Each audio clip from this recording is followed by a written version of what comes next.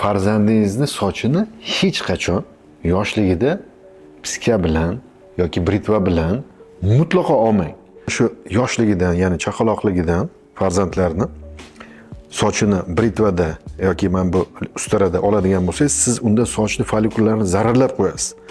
Nabrot, bu aksincha ertaga sochlarni o'sishiga bu zarar qiladi. Ya'ni bularning chiqishi qiyin bo'ladi.